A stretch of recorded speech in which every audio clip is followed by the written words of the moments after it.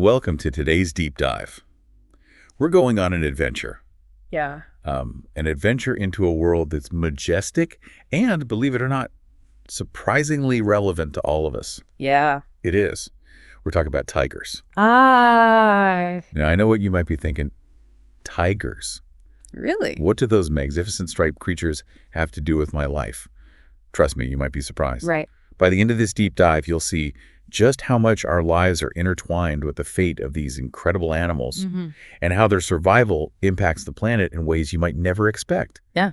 A century ago, just imagine this, over 100,000 tigers roamed the forests and jungles of Asia. Wow. Fast forward to today. Okay. That number is less than 4,000. Really? That's right. Their population has plummeted by a staggering 96%. Wow. That's almost complete extinction. It is a stark reality, and it's easy to feel disconnected from such a dramatic decline in a species that seems so far removed from our daily lives. Right. But what's fascinating is how often we overlook the impact of seemingly distant species on our own well-being. Yeah. And the tiger is a perfect example of that.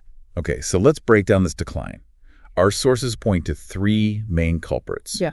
Habitat destruction, poaching, and conflict with humans. Exactly. And it's important to understand that these factors are intertwined, creating a sort of downward spiral for tiger populations. So picture this.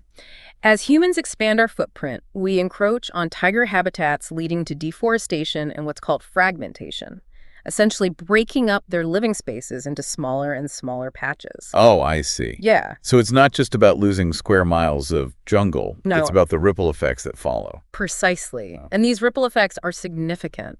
Imagine a tiger, now confined to a smaller territory, is more likely to wander into villages in search of food, leading to situations where they prey on livestock. Oh, now? Or in much rarer cases, even pose a threat to people. Oh, wow. This naturally triggers fear and retaliation, leading to more tigers being killed, further shrinking their numbers. It's a tragic cycle, really. Yep. And to make matters worse, there's the looming issue of poaching, fueled by the illegal wildlife trade. Absolutely. Sadly, the demand for tiger parts, particularly in some traditional medicine practices, and for those seeking status symbols, continues to drive this illegal trade. This adds yet another layer of pressure on an already vulnerable population. It's heartbreaking. But before we get completely bogged down by the doom and gloom, I want to shift gears for a minute. Let's talk about why tigers are so crucial to the ecosystem.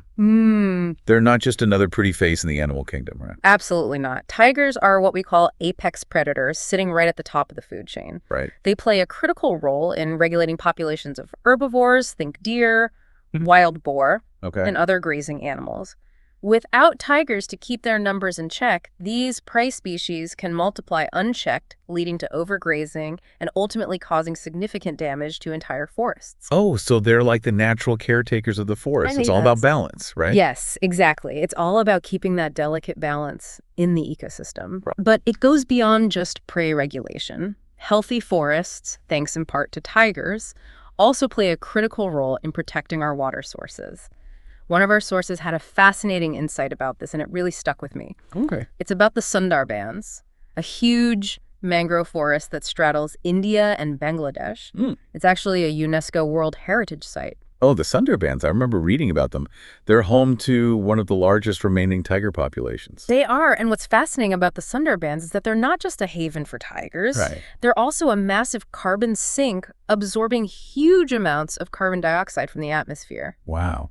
Think of them as a natural weapon in the fight against climate change. Wait, so protecting tigers in this one area is actually helping protect the planet from climate change. That's Incredible. So it's not just about the tigers themselves. It's about the ripple effects they have on the entire ecosystem, even down to the air we breathe. You got it. The Sundarbans are a powerful example of how interconnected things are. And healthy forests, where tigers thrive, also mean healthy watersheds. The forests help regulate water flow, prevent soil erosion, and filter pollutants, ensuring a clean and reliable water supply for millions of people. So protecting tigers is about so much more than just saving one species. It's about safeguarding entire ecosystems that provide vital services to all of us. It's about clean water, clean air, and even combating climate change. That's a pretty big deal. It truly is. The implications extend far beyond the tigers themselves. Right. It's about protecting the intricate web of life that sustains us all. This is already blowing my mind, and to think we're just getting started. Exactly. We still need to uncover some fascinating details about their global impact and how we can all be a part of turning the tide on their decline. It's Wow. going to be interesting. I can't wait. It's easy to get overwhelmed by the scale of this problem. Yeah. But honestly, I'm feeling a bit more optimistic after that last segment. It sounds like protecting tigers can benefit us all in some pretty major ways. And if their decline is driven by human actions, doesn't it stand to reason that we can turn things around too? You're absolutely right. There's so much we can do both individually and collectively. Okay. And what's inspiring is that we actually have some successful models out there proving that conservation efforts can truly work. One of our sources highlighted the amazing recovery of tiger populations in India. Really? They've managed to achieve this through a combination of really strict anti-poaching measures, habitat restoration efforts, and what I find really interesting is the focus on getting local communities involved. That's a great point. You can have the best conservation plan in the world, but if the people who live alongside these animals aren't on board, it's going to be an uphill battle. Exactly. And India's success story really highlights the power of collaboration. It takes a concerted effort from governments, organizations, and local communities all working together to make a real difference. And it reinforces the importance of things like political will and effective law enforcement when it comes to tackling the illegal wildlife trade. Because as long as there's demand for tiger parts, poachers will always be trying to exploit these animals. Unfortunately, that's true. It's a complex issue often tied to deeply ingrained cultural beliefs and economic realities in certain regions. But there's a growing understanding that to truly protect these animals, we need to address both the supply and demand sides of the equation. Okay. That means disrupting the illegal trade networks, but also working to change attitudes and behaviors. So it's about changing hearts and minds as much as it is about cracking down on illegal activities. Absolutely. And this is where involving local communities becomes so crucial. One of our sources pointed out that many communities have lived alongside tigers for generations, and they have a wealth of knowledge about these animals and their habitats. Engaging these communities, not only by seeking their input, but by making sure they benefit from conservation efforts, can make a world of difference. So it's about making conservation work for people as well as for tigers. You've hit the nail on the head. It's about finding ways to align conservation goals with the needs and aspirations of local communities. And this is where I think responsible tourism can play a significant role. Right, because tourism, when done right, can be a powerful tool for conservation. It can bring in much-needed funding and create economic opportunities for communities. Right. But I guess it can also have negative impacts if it's not managed thoughtfully. Exactly. One of our sources emphasized the need for travelers to make conscious choices about the tour operators they choose and the kind of tourism activities they engage in. It's about supporting businesses that prioritize animal welfare and minimize disturbances to natural habitats. It sounds like being a responsible tourist means doing a bit of homework. It does, but luckily there are resources out there to help people make informed choices. Right. And it really comes down to treating these incredible animals and their habitats with the respect they deserve. It's about being mindful of our impact, whether we're in a tiger's natural habitat or simply making choices about the products we buy in our everyday lives. Right. Yeah. Speaking of which, what are some other ways we can make a difference? It feels overwhelming to think about saving an entire species.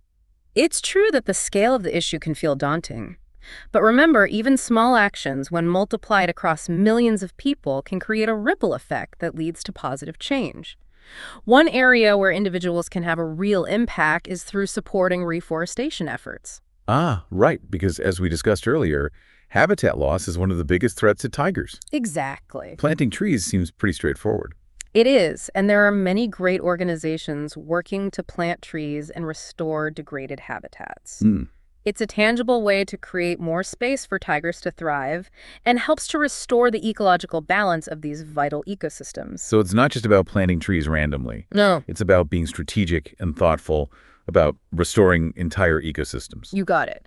It's about understanding that everything is interconnected and that restoring a forest can have benefits that ripple outwards, impacting everything from water quality to climate change. It's all starting to make sense now. So it sounds like whether we're donating to conservation organizations, being mindful travelers, advocating for stronger policies, or even just planting a tree, there's a role for everyone to play in ensuring a future for these incredible animals. Absolutely. And I think it's important to remember that saving tigers isn't just about protecting one charismatic species. It's about protecting the web of life that sustains us all. It's about recognizing the intrinsic value of biodiversity and understanding that a healthy planet ultimately benefits everyone. It's about taking a step back and seeing the bigger picture, recognizing that our actions have consequences that extend far beyond our immediate surroundings. Exactly. And I think there's a beauty in that interconnectedness. It means that we all have the power to make a difference. It's empowering to realize that our individual choices, no matter how small they may seem, can actually contribute to something much bigger than ourselves. And that brings us to a truly fascinating aspect of this whole discussion, the cultural and spiritual significance of tigers. We've talked about their ecological and economic importance, but there's another layer to their story that's often overlooked, but equally as important. I'm intrigued. Tell me more.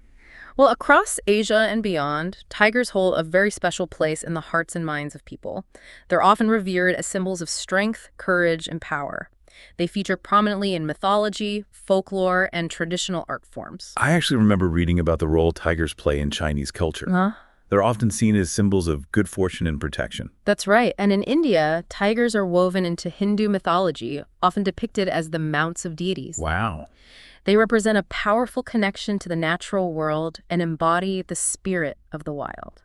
It's fascinating how deeply intertwined tigers are with human culture and spirituality.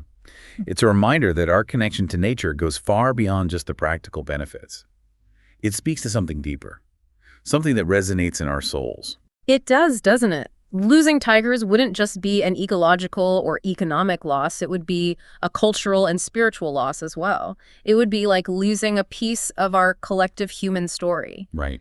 a thread that connects us to the past and to the wild places that still exist in our world. It would diminish our world in ways that are hard to even put into words. Precisely. Yeah. And I think it's important to recognize and honor those deeper connections as we work to protect these animals. It adds another dimension to the why of conservation. So we've explored the ecological, economic, and even the cultural significance of tigers. It's amazing how something that might seem so out there can actually touch so many aspects of our lives. It speaks to the interconnectedness of everything, doesn't it? We often try to compartmentalize things, but in reality, it's all linked. It truly is. And that brings us back to our core question. Why should we care about saving tigers? It feels like we've uncovered some pretty compelling answers. We have. We've seen how these incredible creatures play a vital role in maintaining healthy ecosystems, which in turn provide us with clean air and water and even help regulate climate change. We've explored the economic benefits of tiger tourism and the importance of preserving cultural heritage. And I think we've learned that even small actions, when multiplied across millions of people, can have a real impact, creating positive change for both tigers and for ourselves. It's about recognizing that we're not just passive observers in this whole thing. We're active participants in shaping the future of our planet. I love that. It's a call to action, an invitation to step up and become a part of the solution. Exactly. And one of our sources posed a really fascinating question that I think is worth pondering. It encourages us to think beyond the immediate crisis and envision a more positive future. I'm all ears. What's the question? What are some unexpected positive ripple effects that might occur if tiger populations rebounded? What new possibilities might emerge? Wow, that's a great question. It's so easy to get caught up in the negative, to focus on the problems.